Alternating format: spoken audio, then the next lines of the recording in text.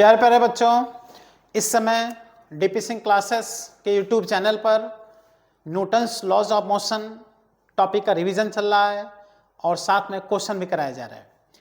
तो आज very important Newton's laws of motion के सेकेंड लॉ पर जबरदस्त क्वेश्चन आप लोग करेंगे, सीखेंगे कि न्यूटन्स लॉज ऑफ मोशन के क्वेश्चन कैसे सॉल्व होते हैं। लेकिन इसके पहले जो इसका पहला वीडियो है first lecture Newton's law of motion का, उसको आप जरूर देख लीजिए, जिससे कि न्यूटन सेकेंड लॉ पे कैसे ट्रिकी क्वेश्चंस बनते हैं, कैसे क्वेश्चन सॉल्व किए जाते हैं, कैसे मोमेंटम का डायरेक्शन चेंज होता है तो चेंज मोमेंटम निकाला जाता है, यह सब बताया जा चुका है। तो उसको पढ़ के तब जा करके इस सेकेंड लेक्चर आप देखिए, जिससे कि इस पे जो क्वेश्चंस कराए जा रहे हैं वो आपको क्लियर हो, समझ में आवे। और जब ये समझ में आ जाए तो बुक उठाइए और भी क्वेश्चंस ढेर सारे उससे रिलेटेड आप सॉल्व कीजिए, जिसकी टॉपिक एकदम आपका क्लियर हो जाए। ठीक बेटा, तो आइए आज क्वेश्चन स्टार्ट करते हैं न्यूटन सेकेंड लॉ पर। और ये फर्स्ट नंबर क्वेश्चन है, वेरी इंपॉर्टेंट क्वेश्चन।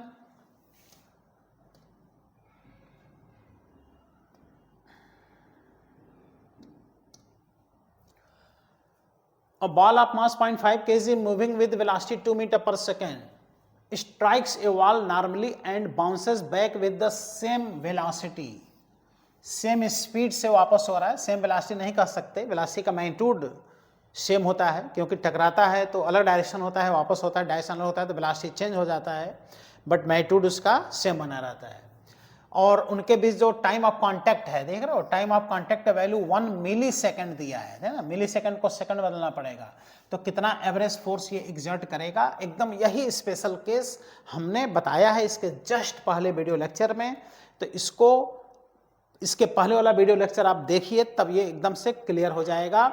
और इसमें अगर इस क्वेश्चन को सॉल्व किया जाए तो 2 मीटर पर सेकंड से टकरा रहा है, 2 मीटर पर सेकंड से वापस हो रहा है, 0.5 kg इसका मास है और 1 मिली सेकेंड टाइम इंटरवल है। तो सेकंड पेज पे इसको आइए सॉल्व करते हैं। ये वर्टिकल वॉल है बेटा और एक बॉल इस पे आके टकराता है और जिस स्पीड से टकराता है उसी स्पीड से वापस हो जाता है। तो ये अगर u है तो ये भी u होगा। मास का वैल्यू यहाँ पर दिया है तो मास लिख लेंगे। टाइम इंटरवल डेल्टा t हमने बताया कि 1 मिली सेकेंड क्वेश्चन में दिया है, 1 ms यानी 1 मिली सेकेंड। और देखते हैं बेटा मास कितना दिया है। मास का वैल्यू है यहाँ पर 0.5 kg और स्पीड दिया है 2 मीटर पर सेकेंड।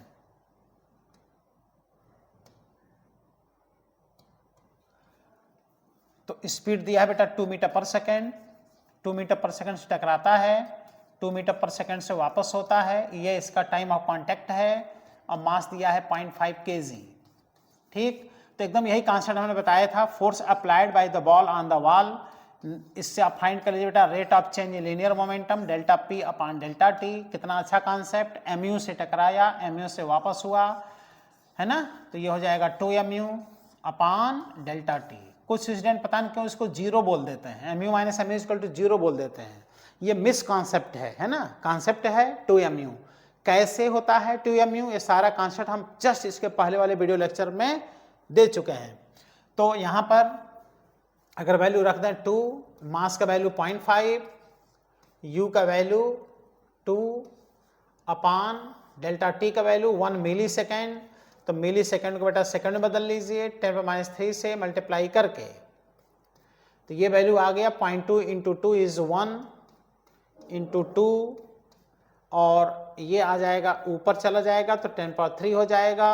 और आप लोग देखिए तो 2000 न्यूटन का फोर्स लगेगा, जबरदस्त फोर्स है भाई, 2000 न्यूटन का फोर्स लग रहा है जो बॉल वॉल पे टकरा रहा है। तो जब बॉडी रिबाउंस होता है तो रिबाउंस वाला एंगल होता है 180 डिग्री, और ऐसे में मोमेंटम चेंजिंग जबरदस्त होता है, मैक्सिमम होता है और फोर्स मैक्सिमम लगता है। तो 2000 न्यूटन का फोर्स बेटा लगेगा। तो आंसर यहाँ पे देखिए 2000 न्यूटन यहाँ पर दिया भी है, फर्स्ट ऑप्शन ये सही है। आइए नेक्स्ट क्वेश्चन देखते हैं क्या है।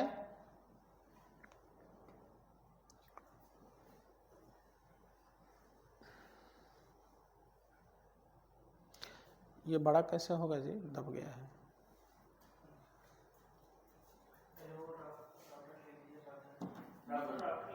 ये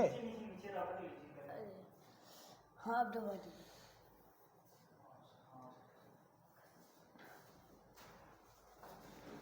एडिट करना पड़ेगा इसको, नहीं?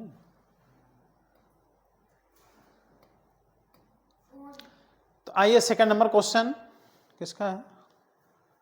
उसी बच्चे का जो ऊपर बात करा उससे ऑन कर लो, बोल दो बात करा। अब ये सेकंड नंबर क्वेश्चन है और इसमें आप देख रहे हो कि एक बॉडी ये हॉरिजॉन्टल रिजिड सरफेस है और एक बॉडी इस तरह से वर्टिकल से नॉर्मल से देख लो, नॉर्मल से 30 डिग्री पे टकराता है, नॉर्मल से 30 डिग्री पर, उसके बाद से 30 डिग्री पे वापस हो जाता है। तो क्या पूछ रहा है? Magnitude of change in velocity. Change velocity का क्या पूछ रहा है बेटा? मैग्नीट्यूड। तो जब चेंज वेलोसिटी का मैग्नीट्यूड आप सीखेंगे निकालना तो चेंज मोमेंटम का मैग्नीट्यूड सीखेंगे निकालना, और जब चेंज मोमेंटम निकाल लेंगे तो फोर्स भी आ जाएगा। तो इसमें केवल चेंज वेलोसिटी पूछ रहा है, तो इसमें भी तो वही कहानी है ना? हमने पिछले वीडियो लेक्चर में बताया था कि किस तरह से जब किसी एंगल पे बॉडी टकराता है तो उसमें कैसे हम लोग उसका मैग्नीट्यूड लेकर के और कंपोनेंट लेकर के क्वेश्चन करते हैं। तो तुरंत इस 20 को कंपोनेंट में ब्रेक कर दीजिए, है ना? 30 डिग्री से जो अटैच कंपोनेंट होगा इस तरह से, है ना, ये डाउनवर्ड डायरेक्शन में इसका कंपोनेंट आएगा और ये हो जाएगा 20 cos 30, और दूसरा जो कंपोनेंट हो जाएगा ये देखो इधर हो जाएगा और ये हो जाएगा 20 sin 30। इसी तरह से ये जो वापस हो रहा है इसका जो 30 से अटैच कंपोनेंट होगा इसका डायरेक्शन ऊपर की तरफ हो जाएगा और ये हो जाएगा बेटा 20 cos 30 और दूसरा कंपोनेंट इधर हो जाएगा और ये हो जाएगा 20 sin 30। अब आप देख रहे हो कि इस डायरेक्शन में वेलोसिटी में कोई चेंजिंग नहीं है क्योंकि 20 sin 30 ये दोनों सेम डायरेक्शन में है, चेंज इन वेलोसिटी 0 आएगा। लेकिन यहाँ देखो 20 cos 30 एक डाउनवर्ड है एक अपवर्ड है, तो दोनों अपोजिट हैं, तो दोनों का क्या हो जाएगा? सम हो जाएगा। ये तो सिखाए थे। तो यहाँ से हो जाएगा बेटा change in velocity, change in speed, final minus initial जब करेंगे तो दोनों सम हो जाएंगे और 20 cos 30 जो वैल्यू आएगा इसी का क्या कर देना है? डबल कर देना है, क्योंकि अपोजिट डायरेक्शन में हमने सिखाया था कि आंख बंद करके दोनों का सम करना चाहिए। तो यहाँ जाएगा बेटा 20 × 2 पहले से है और cos 30 का वैल्यू हो जाएगा √3/2, तो ये हो जाएगा बेटा 20 √3 मीटर पर सेकेंड का चेंज वेलोसिटी आ जाएगा, देखो 20 √3 मीटर पर सेकेंड। तो जहां भी इंक्लाइन कोलिजन हो, इंक्लाइन एंगल पे बॉडी टकराए, वहां आप कंपोनेंट लेकर के क्वेश्चन सॉल्व कीजिए और जो अपोजिट है उनको आंख बंद करके सम कर दीजिए, तुरंत आंसर आ जाता है।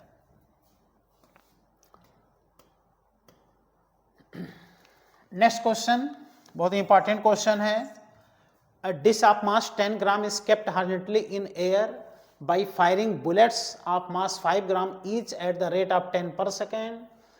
If the bullets rebound with the same speed, what is the velocity with which the bullets are fired? ये देखो ऑप्शन दिया है यहाँ पर 196, 98 और सेंटीमीटर पर सेकंड में दिया है, ठीक है ना? तो ये न्यूटन सेकंड लॉ का बहुत ही जबरदस्त क्वेश्चन है। आइए देखिए क्या कह रहा है क्वेश्चन में।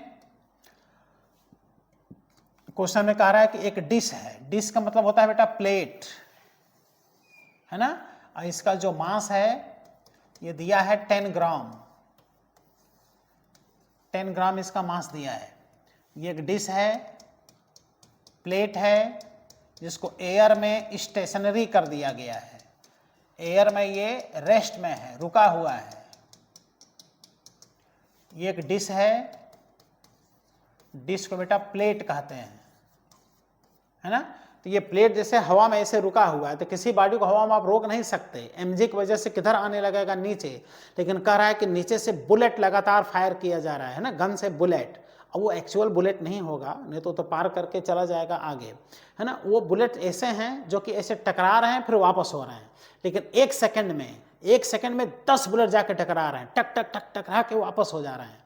तो टकरा के वापस होना यानी चेंज इन मोमेंटम डबल हो जाना, जिससे कि ये बुलेट्स क्या करेंगे? फोर्स लगाएंगे change momentum, rate of change momentum की वजह से। और वह फोर्स जब इस डिस्क के वेट को बैलेंस कर लेगा तो वह डिस्क जो होगा एयर में प्लेट स्टेशनरी हो जाएगा।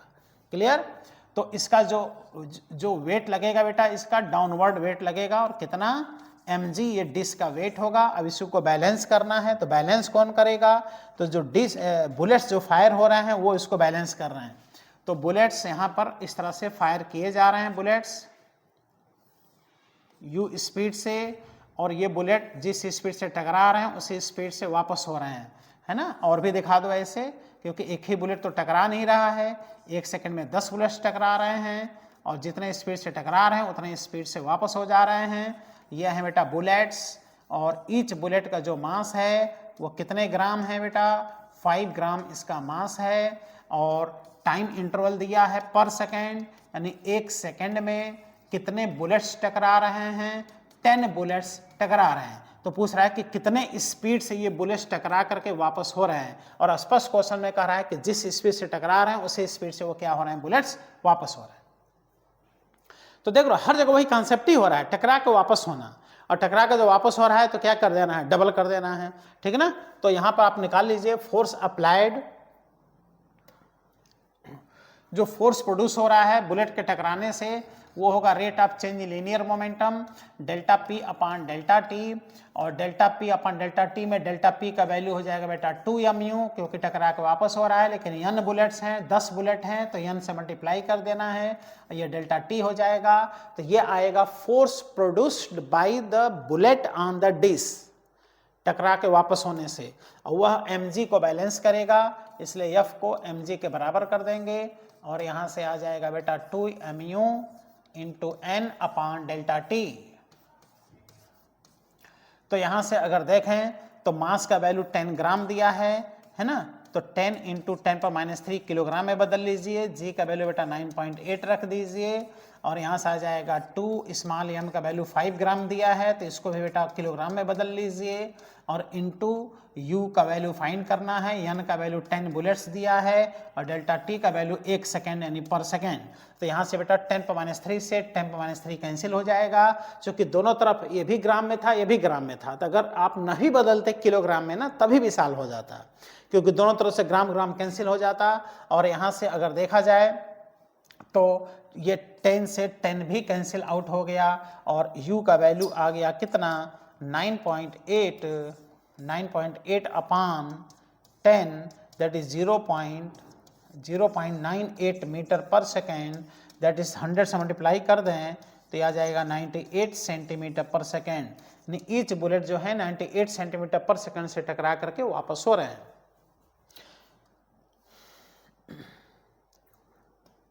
तो इसमें आंसर आप देखिए तो ये दिया है, देखिए 98 सेंटीमीटर पर सेकेंड से इस बुलेट टकरा करके वापस हो रहा है। ये इसका कॉन्सेप्ट है, डायग्राम है। बहुत ही common question, important question, Newton second law का वेरी इंपॉर्टेंट क्वेश्चन। इसी पे क्वेश्चन बेटा देखिए मशीन गन का देता है, देखो मशीन गन, देखो गन और मशीन गन में क्या अंतर है। गन में फायर करने पे एक बुलेट निकलता है एक बार में, लेकिन मशीन गन में फायर जब करोगे तो एक बार में एक से ज़्यादा बुलेट्स निकलेंगे। और गन को जब फायर किया जाता है तो जब बुलेट बाहर निकलता है तो बैक डायरेक्शन में एक फोर्स एग्जर्ट करता है। तो कह रहा है कि इस गन को जो मैन होल्ड किए हुए है, जो मैन होल्ड किए हुए है उस गन पर मैक्सिमम 144 न्यूटन का फोर्स एग्जर्ट कर सकता है ना। ईच बुलेट 40 ग्राम के हैं, ईच बुलेट इज 40 ग्राम, और किस स्पीड से बाहर निकलना है 1200 मीटर पर सेकेंड से, है ना। तो पर सेकेंड में कितने बुलेट्स निकलने चाहिए ये इसमें देखो पूछ रहा है, पर सेकेंड में कितने बुलेट्स बाहर निकलने चाहिए।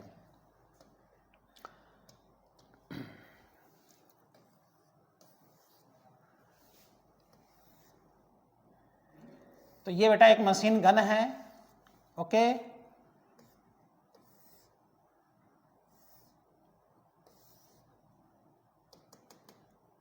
इट इज मशीन गन,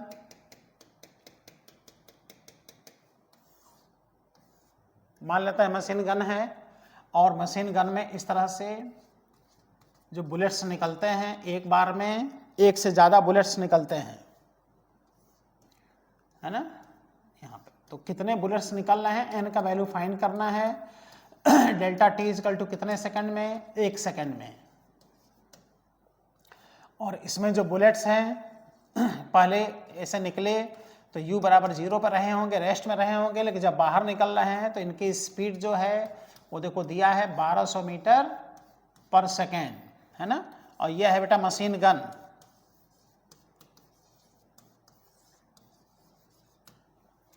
जो फायर किया जा रहा है, तो ये बैक डायरेक्शन में एक फोर्स एग्जर्ट करेगा मोमेंटम को चेंज कंजर्व रखने के लिए। तो जब ये बाहर निकलेगा तो बुलेट का मोमेंटम चेंज होगा, क्योंकि पहले बुलेट्स रेस्ट में थे, बाद में 1200 मीटर पर सेकंड से बाहर निकल रहे हैं, तो उसको कंजर्व करने के लिए पीछे के डायरेक्शन में एक एग्जर्ट करेगा फोर्स, जिसको बोलते हैं कि जब गन को फायर किया जाता है तो ऐसे में बैक डायरेक्शन में एक झटका सा महसूस होता है, फोर्स लगता है। तो वो कह रहा है कि जो मैन इसको होल्ड किए हुए है इस मशीन गन को, वो मैक्सिमम 144 न्यूटन का अगर फोर्स इस पे एग्जर्ट कर सकता है तो 1 सेकंड में कितने बुलेट्स निकलने चाहिए।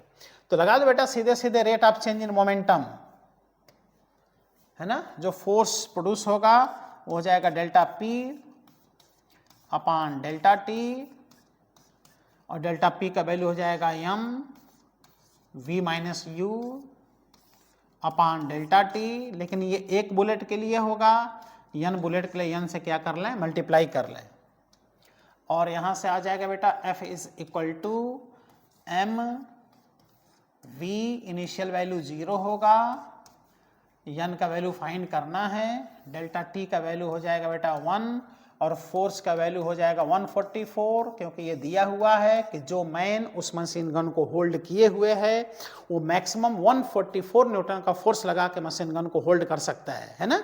तो 1 सेकंड में कितने बुलेट निकले जिससे कि मशीन गन पे लगने वाला फोर्स 144 न्यूटन से ज्यादा ना हो। तो मास का वैल्यू दिया है बेटा 40 ग्राम, तो 40 इंटू 10⁻³ कर दें, v का वैल्यू 1200 हो जाएगा, और n का वैल्यू बेटा फाइंड करना है। तो यहाँ से अगर देखा जाए तो ये डबल जीरो, एक ये सिंगल जीरो मिलके इससे पूरे से कैंसिल हो गया, और n का वैल्यू देखा जाए तो यहाँ से निकल आया, और n का वैल्यू आ गया 144/4 इंटू 12।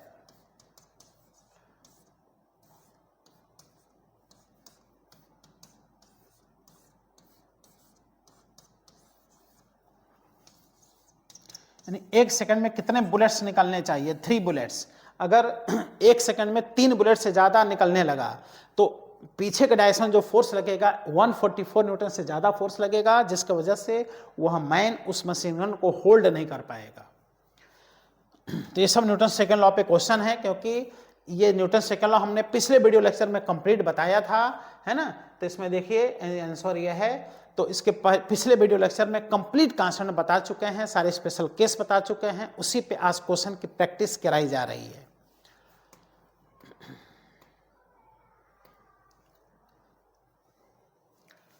यह है नेक्स्ट क्वेश्चन, इसका सोल्यूशन देखते हैं बेटा। A player catch a cricket ball of mass 150 gram, है ना, बॉल का मास 150 ग्राम है, moving at the rate of 20 metre per second, ये इसका स्पीड है। If the catching process is completed, देखो डेल्टा टी का वैल्यू 0.1 सेकेंड दे दिया है, स्पीड दे दिया है, मास दे दिया है, ग्राम को किलोग्राम में बदलना पड़ेगा, और कह रहा है कि the force exerted by the ball on the hand of the player is equal to, जैसे जो फील्डर होता है ना क्रिकेट खेलते समय, जो बॉल आता है तो बॉल को वो कैच करता है, कैच करके हाथ को थोड़ा पीछे लाता है ना, तो थोड़ा सा जब समय लगता है बॉल को रोकने में ना, तो डेल्टा टी जब बढ़ता है तो फोर्स का वैल्यू थोड़ा कम हो जाता है। तो उसी पे बेस्ट क्वेश्चन है, न्यूटन सेकंड लॉ से आप क्वेश्चन कर सकते हैं बहुत आसानी से। इसके लिए आप लगा दीजिए बेटा F is equal to rate of change in momentum of ball delta P upon delta T, ये हो जाएगा बेटा m final velocity minus initial velocity upon delta T. यहाँ से बेटा m रहने दो, फाइनल वेलोसिटी बॉल रेस्ट में आ गया, इनिशियल वेलोसिटी जो दिया है उसको रख लेंगे अपॉन डेल्टा टी। तो यहाँ से आ जाएगा minus mu upon delta T, है ना।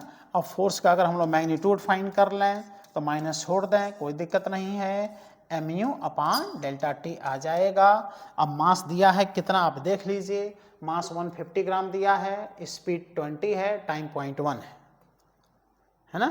कितना है मास 150 ग्राम, तो मास को रख दो 150, ग्राम को किलोग्राम बदल लो 10⁻³ स्पीड का वैल्यू, स्पीड दिया है 20 मीटर पर सेकेंड, तो यहाँ बेटा आप 20 रख लीजिए, और टाइम इंटरवल 0.1 रख लीजिए। क्लियर। अब यहाँ से अगर देखा जाए तो आ गया 150 इंटू 10⁻³ इंटू 10 से मल्टीप्लाई करके 200 कर दो, तो नीचे 10 से मल्टीप्लाई करो बेटा 1 आ जाएगा, और ये डबल जीरो और ये जीरो से ये पूरा कट जाएगा, और बचेगा 15 इंटू 2 इजकल टू 30 न्यूटन का फोर्स ये एग्जर्ट होगा उस क्रिकेट बॉल के द्वारा उस फील्डर के प्लेयर के हाथ में फोर्स एग्जर्ट होगा। तो जो बॉल को कैच किया जाता है उसको अगर बॉल को कैच करके हाथ को कुछ समय तक ऐसे पीछे लाया जाए तो ऐसे में टाइम इंटरवल बढ़ जाता है और बॉल के द्वारा हैंड पे लगने वाला जो फोर्स हो जाता है वो कम हो जाता है। जो अभी छोटे छोटे बच्चे देखते हो फील्ड में खेलते रहते हैं, है ना, वो लोग अभी जस्ट क्रिकेट खेलना भी शुरुआत करते हैं, तो जो बॉल आता है तो वो लोग बॉल को ऐसे डायरेक्ट कैच करते हैं। डायरेक्ट कैच करते हैं तो बॉल के द्वारा हैंड पे चोट बहुत ज़्यादा लगता है, फोर्स लगता है। लेकिन जो मजे हुए खिलाड़ी होते हैं, जो सीख गए होते हैं, वो लोग हाथ पे जो बॉल को कैच करते हैं तो हाथ को पीछे लाते हैं, जिससे कि टाइम इंटरवल बढ़ता है और फोर्स का वैल्यू कम हो जाता है। ओके, तो प्यारे बच्चों, आज न्यूटन सेकंड लॉ पे हमने खूब ढेर सारा क्वेश्चन कराया, खूब कॉन्सेप्ट पहले बता चुके हैं, फिर आज क्वेश्चन कराया। तो आई होप ये वीडियो आपको पसंद आया होगा, बेनिफिशियल आपको लगा होगा।